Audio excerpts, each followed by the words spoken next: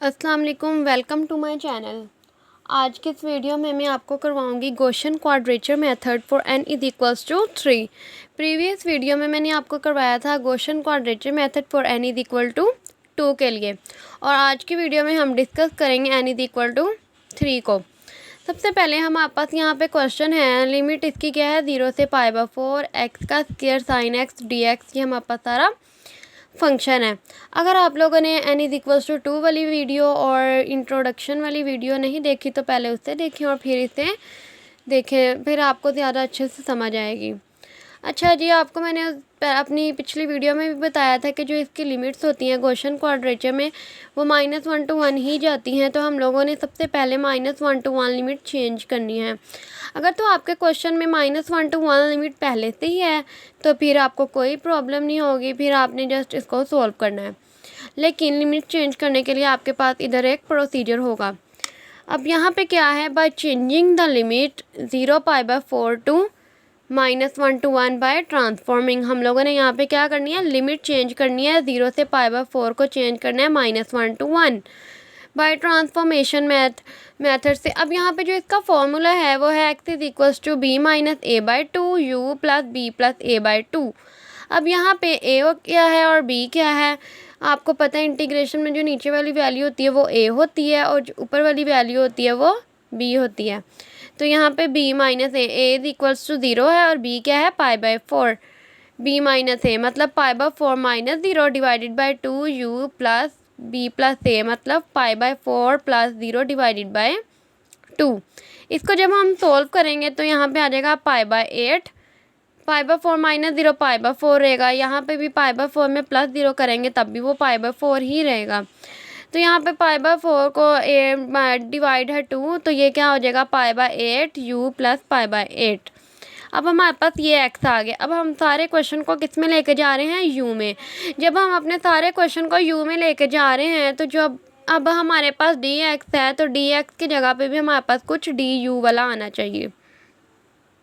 Next है, जब हम इसके dx लेंगे तो dx इज इक्वल्स टू π/8 रह जाएगा u का du प्लस आगे आपके पास कांस्टेंट था π/8, उसका आ जाएगा 0।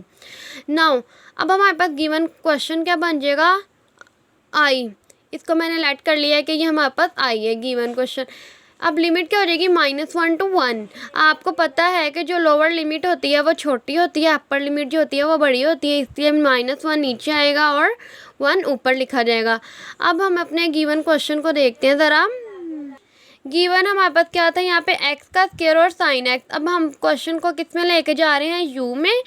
तो x हमारे पास क्या है, x is equals to π/8 u plus π/8। हम अब x की जगह पर ये लिखेंगे, तो यहाँ पे x की जगह पे ये आ गया, क्योंकि x का स्क्वायर था इसलिए इसका भी होल पे स्क्वायर आ गया। साइन x की जगह पे फिर से गए, यहाँ पे मैंने क्या किया, π/8 को कॉमन ले लिया तो यहाँ पे रह गया u प्लस 1, और dx की जगह पे आया था π/8 और du, इसकी जगह पे मैंने लिख दिया π/8 और du। अब हम इसको लेकर चलेंगे। अब यहाँ पे आपके पास देखें तो π/8 जो है इसमें से भी कॉमन आ रहा है, लेकिन इसमें से सिर्फ π/8 नहीं कॉमन आ रहा, π/8 का स्क्वायर कॉमन आ रहा है और दूसरा π/8 यहाँ से भी कॉमन आ रहा है। अब आप यहाँ पे देखें, ये जो π/8 है ना, ये साइन के फंक्शन में है, इसको हम कॉमन नहीं ले सकते। अब जो हमने कॉमन लिया है π/8 एक ये वाला है और π/8 का होल स्क्वायर, क्योंकि π/8 जो कॉमन लिया ही लिया, उसको स्क्वायर के साथ कॉमन लिया हमने। तो यहाँ पे जब इसको सोल्व करेंगे, ये पाई है और ये पाई का स्क्वायर है, ये पाई का क्यूब हो जाएगा, 8 है और ये 8 का स्क्वायर। 64 को 8 से मल्टीप्लाई करेंगे तो 512 आ जाएगा। नाउ अब हमारे पास ये -1 to 1 लिमिट ऐसी रहेगी। अब π/8 क्योंकि हमने कॉमन ले लिया था, यहाँ पे रह जाएगा u प्लस 1 का whole square sine π/8 u plus 1 और du। ये सारा हमारे पास इसी तरह रहेगा। अब हम इन सबको सॉल्व करेंगे। अब क्योंकि हमारे पास for n is equals to 3 के लिए है, n इज इक्वल्स टू 3 के लिए हमारे पास फॉर्मूला होगा -1 to 1 p of x dx is equals to c1 p of x1 plus c2 p of x2 plus c3 p of x3। इसको हम name दे देंगे इक्वेशन 1 का। मैंने आपको पिछली वीडियो में बताया था जितने n होंगे हम वहीं तक जाएंगे, अगर n 2 होता तो हम ये वाली वैल्यूज़ को नहीं लिखते। अब क्योंकि हमारे पास n 3 के लिए, इसलिए हम c3 और p ऑफ x3 पर भी आए हैं। ओके, अब यहाँ से आगे ये फॉर्मूला मैंने फर्स्ट वीडियो में आपको डिस्कस किया था, जिसमें मैंने आपको इंट्रोडक्शन करवाया था, उसमें फॉर्मूला। अब for n is equals to 3 है, n इज इक्वल्स टू 3 के लिए फॉर्मूला यूज़ होगा P3x। ये हमारे पास इक्वल है x का क्यूब माइनस 3/5x। अब यहाँ पे क्या करना होता है, हमें ये x1 x2 और x3 चाहिए होते हैं। तो इसके लिए हम क्या करेंगे कि हम लेट कर लेंगे कि जो P3x है ना वो 0 के इक्वल है। इसका मतलब ये सारी वैल्यू को हम 0 के इक्वल रख देंगे। यहाँ से x की वैल्यूज़ फाइंड करेंगे। x की वैल्यूज़ यहाँ से x कॉमन आ रहा था, कॉमन ले लिया, यहाँ x क्या रह गया -3/5 इज इक्वल टू 0। एक x की वैल्यू आ गई 0 और एक आ गया x का स्क्वायर -3/5 इज इक्वल टू 0। ये दूसरी साइड पे जाएगा, पॉजिटिव हो जाएगा, स्क्वायर रूट लेंगे बोथ साइड्स पे, तो आपके पास x की वैल्यूज़ आ जाएंगी +-0.774596। अब हम ये कैसे डिसाइड करेंगे कि हमारे पास x1 कौन सा है, x2 कौन सा है और x3 कौन सा है। पहले हम यहाँ पे देख लेते हैं। x1 हमारे पास वो होगा जो सबसे छोटी वैल्यू होगी, तो सबसे छोटी वैल्यू इन तीनों में से वही होगी जो नेगेटिव है। तो नेगेटिव वाली वैल्यू को मैंने कह दिया है कि सबसे छोटी है। x2 हमारे पास 0 है, 0 से बड़ी वैल्यू वही वाली वैल्यू पॉजिटिव में, तो उसको हम कह देंगे x3 है। अब हमने जो बेसिक जो है ना हमारे पास वो ये है कि हम लोगों ने इक्वेशन 1 को सॉल्व करना है, मतलब हमें ये सब कुछ चाहिए। ये सब कुछ कैसे आएगा, C1 C2 C3 का तो सेपरेट फार्मूला है, उसको हम आगे डिस्कस करेंगे। अब यहाँ पे बात आती है P(x1), P(x2) और P(x3) क्या है। अब P(x1), P क्या है यहाँ पे, पॉलिनोमियल। पॉलिनोमियल मतलब जो हमारे पास इधर पॉलिनोमियल होगा। अब हम अपने ऊपर क्वेश्चन में देख लेते हैं, ये पॉलिनोमियल तब भी हमारे पास होगा जब इसकी लिमिट्स जो हैं वो -1 to 1 होंगी। अब अगर हम यहाँ देखें तो यहाँ पे हमने लिमिट्स -1 to 1 में चेंज कर ली हुई हैं। अब यहाँ पे जो भी हमारे पास है वो हमारे पास P(x) है और इसको भी हम कंसिडर करेंगे, ये भी हमारे पास P(x) में इंक्लूड होगा। ओके, ये भी और ये सब। अब हम इनकी वैल्यूज़ को पुट करेंगे। अब यहाँ पे P(x) लिख लिया। P(x) ये सारा हमारे पास क्या था, P(x), x1 x2 और x3 की वैल्यूज़ को भी मैंने यहाँ पर लिख दिया।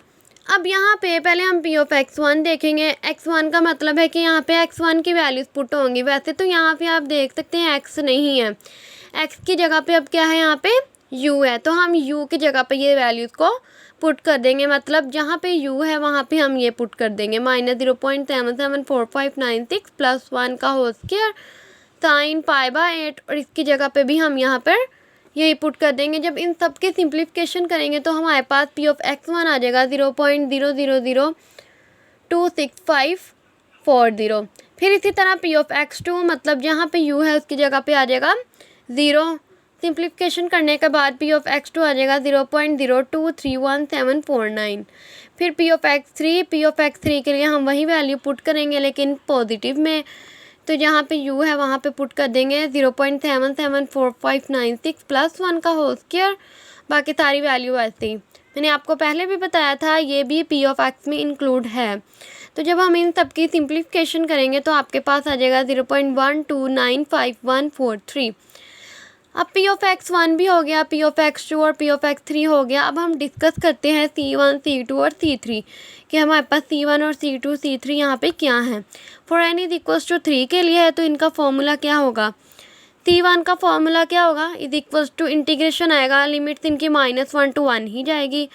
ऊपर हम क्या लिखेंगे, ब्रैकेट पहले में आएगा x माइनस जो इधर है ना वो ऊपर नहीं आएगा, मतलब x2, फिर ब्रैकेट x माइनस x3। अब x4 नहीं आएगा, x4 क्योंकि हमारे पास है ही नहीं, x3 तक ही जाएंगे क्योंकि हमारे पास x3 तक ही हैं।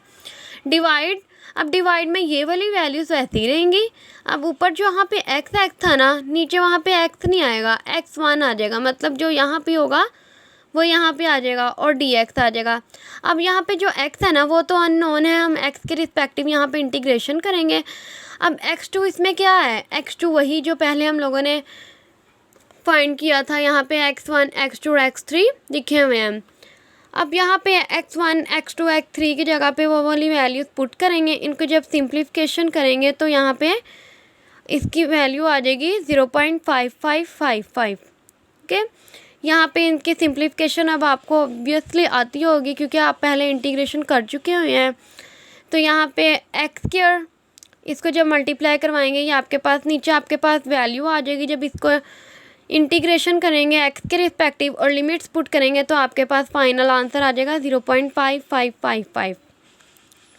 इसी तरह हम करेंगे C2। अब हम C2 को देखते हैं। C2 के लिए भी वैसे ही फॉर्मूला होगा -1 to 1 bracket x minus x1। जो इधर होगा वो ऊपर नहीं आएगा, मतलब x2 नहीं आएगा, x1 और x3। फिर यही वाली वैल्यूज़ नीचे आएंगी, जहाँ पे x है वहाँ x नहीं आएगा, जो इधर होगा वो आ जाएगा, मतलब x की जगह पे x2 आ जाएगा और dx। फिर से वही x1 x2 x3 वही वाले उनकी वैल्यूज़ पुट करेंगे। जब उसकी इंटीग्रेशन करेंगे और यहाँ पे आपके पास आंसर आ जाएगा 0.8889। फिर C3 के लिए आपके पास फॉर्मूला होगा -1 to 1 bracket x minus x1। जो यहाँ पे होगा वो नहीं आएगा, मतलब x माइनस x1 ब्रैकेट फिर से ब्रैकेट x माइनस x2। फिर यही वैल्यूज़ को हम नीचे लिखेंगे और यहाँ पे x है वहाँ पे अब x नहीं आएगा, x3 आ जाएगा और dx। अब x1 x2 x3 की जगह पे उनकी वैल्यूज़ पुट करेंगे, उसकी इंटीग्रेशन करेंगे। इंटीग्रेशन करने के बाद C3 का आपके पास फाइनल आंसर आ जाएगा 0.5555। अब हम देखते हैं now put the values in equation 1। Equation 1 हमारे पास यही थी। अब यहाँ पे p ऑफ x लिखा हुआ था, मैंने अब p ऑफ x की जगह पे उनकी वैल्यू पुट कर दी है। dx था, dx की जगह पे du लिख दिया। ये था हमारे पास C1 p of x1 plus C2 p of x2 plus C3 p of x3, यही था। अब हमने p of x1 p of x2 p of x3 और C1 C2 C3 की वैल्यूज़ हम फाइंड कर चुके हैं। उन सब की वैल्यूज़ को यहाँ पे पुट करेंगे और इनकी सिंप्लीफिकेशन करने के बाद आपके पास आंसर आ जाएगा 0.0926। इसको नेम दे दिया इक्वेशन 2 का। वो इसलिए नेम दे दिया, वैसे तो यहाँ पे गॉसियन क्वाड्रेचर कंप्लीट हो चुका है, लेकिन हमने इसको अपना जो हमारे पास गिवन क्वेश्चन था उसको हमने इस गॉसियन क्वाड्रेचर मेथड से जो हमने सॉल्व करके आंसर फाइंड किया है इससे कंपेयर भी करना है। अब हम लेंगे नाउ गिवन क्वेश्चन को लेट कर लिया आई। तो ये हमारे पास गिवन क्वेश्चन था एक्स साइन एक्स और dx। अब हम इसकी इंटीग्रेशन करेंगे और फिर इसमें लिमिट पुट करके देखेंगे क्या हमारा आंसर वो वाली इस वाली इंटीग्रेशन से और ये गॉसियन क्वाड्रेचर मेथड से सेम आ रहा है। जब हमारे पास सेम आ जाएगा तो हम वहीं पे स्टॉप कर देंगे। इसकी इंटीग्रेशन करेंगे, इंटीग्रेशन बाय पार्ट्स होगी। u को मैंने लेट कर लिया कि वो x² है और इंटीग्रेशन v मैंने लेट कर लिया कि इंटीग्रेशन साइन x और dx है। अच्छा, ये जो इंटीग्रेशन है ना, इंटीग्रेशन करने का 2 मेथड्स हैं। मे भी आपने कोई और मेथड यूज़ किया हो इसलिए आप कंफ्यूज भी हो रहे हो। तो मैं आपको यही कहूँगी कि आपने जो मेथड यूज़ किया है ना इंटीग्रेशन के लिए सेकेंड ईयर में, आप उसी को ही यूज़ करें। यहाँ पे ज़रूरी नहीं है कि आप मेरे वाली इंटीग्रेशन करें, आप वो वाली भी कर सकते हैं। यहाँ पे है अब इसकी डेरिवेशन ली और यहाँ पे इंटीग्रेशन। जब डेरिवेशन ली du is equals to power पीछे 2x dx साइन x की माइनस कोस x इंटीग्रेशन आ गई। फॉर्मूला है i is equals to u v minus integration v du। यहाँ पे पुट की u क्या था x का स्क्वायर और v क्या आया था minus cos x minus integration v क्या है माइनस कोस x और du क्या है 2x और dx।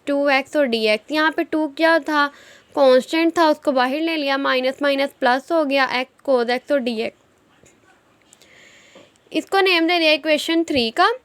अब यहाँ पे लेट कर लिया है। अब ये तो सॉल्व हो चुका है, ये सॉल्व नहीं हुआ है, अभी इसकी इंटीग्रेशन बाकी है, तो कंसीडर कर लिया है इसको I1 क्या है x कोस x और dx। इसको फिर से इंटीग्रेशन करेंगे बाय पार्ट्स। फिर से लेट कर लिया है कि u किसके इक्वल है x के और इंटीग्रेशन v इक्वल होगा कोस x और dx के। du is equals to dx और v is equals to sine x। Integration cos x होती है साइन x। यहाँ पे फिर से वही फॉर्मूला यूज़ करेंगे u v minus integration v du। u की जगह पे आ जाएगा x, v की जगह पे आ जाएगा sine x minus integration v की जगह पे आ जाएगा साइन x और du की जगह पे आ जाएगा dx। यहाँ पे x साइन x ऐसे ही रहेगा, माइनस ऐसे ही रहेगा। इंटीग्रेशन अब साइन x से सिर्फ एक ही हमारे पास यहाँ पे फंक्शन रह गया, इसलिए अब हम इसकी इंटीग्रेशन कर सकते हैं यहीं पे। तो साइन x की इंटीग्रेशन माइनस कोस x, ये माइनस माइनस प्लस, इसको नेम दे दिया इक्वेशन 4 का। इक्वेशन 4 को पुट कर दिया इक्वेशन 3 में। यहाँ पे आपके पास इंटीग्रेशन cos x dx को सॉल्व किया, इसकी जगह पे हमने पुट कर दिया इसको। तो यहाँ पे आ जाएगा आई क्या आ जाएगा -x² cos x प्लस 2 ये वाला, और इस सब की जगह पे अब लिख देंगे ये x sin x plus cos x। अब ये 2 जो है ये इन दोनों के साथ मल्टीप्लाई हो रहा है, इस 2 को मैंने इन दोनों के साथ मल्टीप्लाई करवा दिया। इंटीग्रेशन हो चुकी है, अब हम लिमिट्स पुट करेंगे। जब हम लिमिट पुट करेंगे तो लिमिट्स आपको पुट करनी आती हैं, upper limit minus lower limit. यहाँ पे क्योंकि जिसके रिस्पेक्टिव हम इंटीग्रेशन करते हैं ना, लिमिट भी हम उसी में पुट करते हैं। अब x के रिस्पेक्टिव इंटीग्रेशन की थी तो x में ही लिमिट पुट होंगी। अपर लिमिट x की जगह पे मैंने पुट कर दिया π/4 माइनस लोअर लिमिट x की जगह पे पुट कर दिया 0। जब x की जगह पे 0 पुट किया, ये 0 हो जाएगा, ये भी 0 हो जाएगा।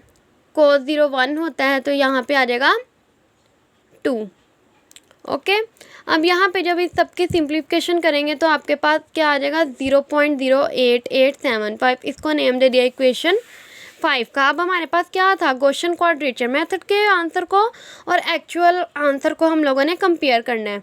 तो हम अभी वो भी देख लेते हैं जो हमारा गॉसियन क्वाड्रेचर से सॉल्व करने से आया था। आप देख सकते हैं गॉसियन क्वाड्रेचर मेथड से सॉल्व करने से हमारे पास आया था 0.0926। और अगर हम अपने ये वाले आंसर को देखें तो यह आया 0.088। तो अप्रोक्सीमेटली ये इक्वल हैं, तो हम यही कहेंगे कि ये हमारे पास गॉसियन क्वाड्रेचर मेथड हमने ठीक किया है, हमारे पास उसका आंसर ठीक आ गया है, मतलब दोनों वैल्यूज़ जो है कंपेयर करके ठीक है। तो यही था हमारा आज का topic for n = 3 Gaussian quadrature, very important. अगर आपको मेरी वीडियो अच्छी लगी हो तो इसे लाइक कीजिए और मेरे चैनल को सब्सक्राइब कीजिए। फिर मिलती हैं नेक्स्ट वीडियो में, तब तक के लिए अल्लाह हाफिज़।